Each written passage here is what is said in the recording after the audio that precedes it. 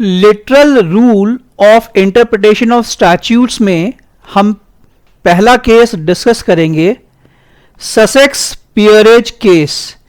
इस केस को 1844 में हाउस ऑफ लॉर्ड्स ने डिसाइड किया था। इस केस का वर्डिक्ट लॉर्ड टिंडल ने दिया था, जो हाउस ऑफ लॉर्ड का चीफ जस्टिस भी था। इस केस में validity of marriage under royal Marriage Act 1793 के बारे में डिस्कस किया गया था। तो basically facts of the case ये था कि ये प्रिंस ऑगस्टस फेडरिक ने लेडी ऑगस्टा मरे से शादी की, और ये शादी उसने रोम में की थी 1793 में, और बाद में उसने ये शादी इंग्लैंड में भी की थी। ये जो प्रिंस ऑगस्टस फेडरिक था, ये बेसिकली किंग जॉर्ज III का बेटा था, और किंग जॉर्ज III तब इंग्लैंड का राजा भी था। उसने अपने पिता और राजा की सहमति के बिना ही यह शादी की थी। प्रिंस ऑगस्टस फेडरिक का देहांत हो जाता है 1843 में, और उसके देहांत के बाद प्रिंस ऑगस्टस फेडरिक और लेडी ऑगस्टा मरे के बच्चे ससेक्स के एस्टेट के वारिस बनने के लिए अप्लाई करते हैं, और उनकी एप्लीकेशन रिजेक्ट हो जाती है। यह कहा जाता है कि यह प्रिंस ऑगस्टस फेडरिक और लेडी ऑगस्टा मरे की मैरिज बेसिकली वॉइड है। वॉइड इसलिए है क्योंकि उसको किंग की सहमति नहीं मिली as per Royal Marriage Act 1793। Augustus Frederick और लेडी ऑगस्टा के बच्चे ये कहते हैं कि भाई, ये जो शादी हुई है वह शादी तो इंग्लैंड के बाहर हुई है,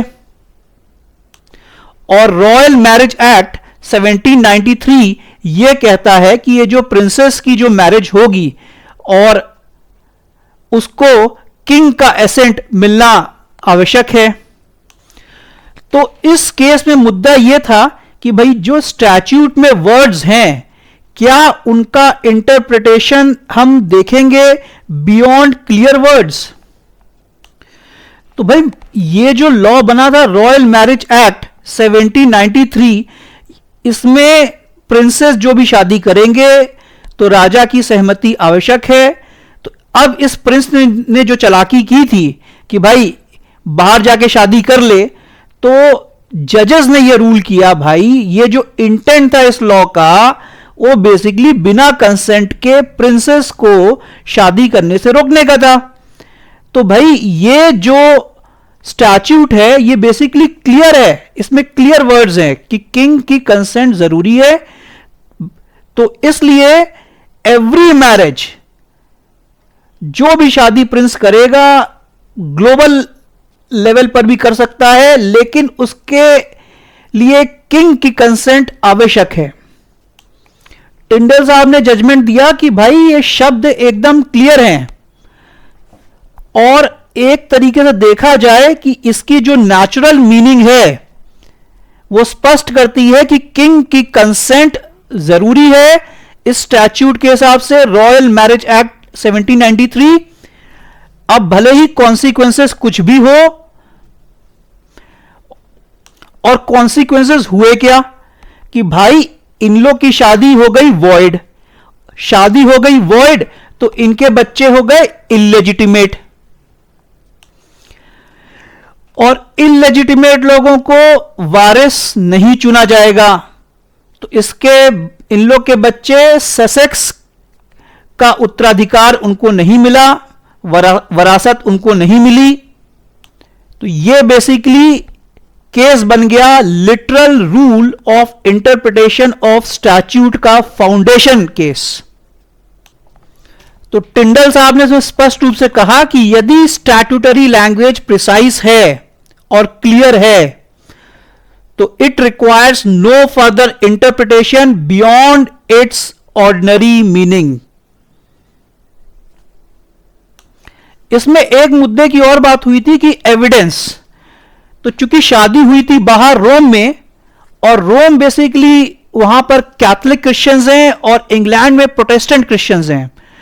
तो भाई उन्होंने कहा कि भैया ये फॉरेन लैंड में शादी हुई और वहां के लॉ के हिसाब से शादी हुई, और जो नॉलेजेबल विटनेस यदि हम देखते हैं फॉरेन लॉ के हिसाब से, वहां का जो नॉलेजेबल विटनेस है वो रोमन कैथोलिक सेक्ट का बिशप होता है। तो टिंडल साहब ने बात कही कि भाई ये शादी यदि हुई है as per the foreign law, सब कुछ वैलिड है, और एज पर द रूल जो नॉलेजेबल विटनेस है वो रोमन कैथोलिक बिशप है, उसकी गवाही जरूरी है टू प्रूव कि ये शादी वैलिड है। अब शादी हुई थी 1793 में, बंदा मर गया 1843 में, 50 साल बीत गए। तो भाई अब उस बिशप को बुलाओगे तो बुलाओगे कैसे गवाही देने के लिए? और कोर्ट इमोशंस पे चलता नहीं है, कोर्ट चलता है on the basis of evidence. तो कोर्ट ने रूल किया कि ये इन दोनों की शादी वॉइड है और इन दोनों के बच्चे इलेजिटिमेट हैं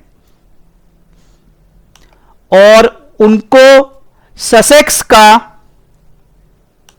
उत्तराधिकार नहीं दिया जा सकता।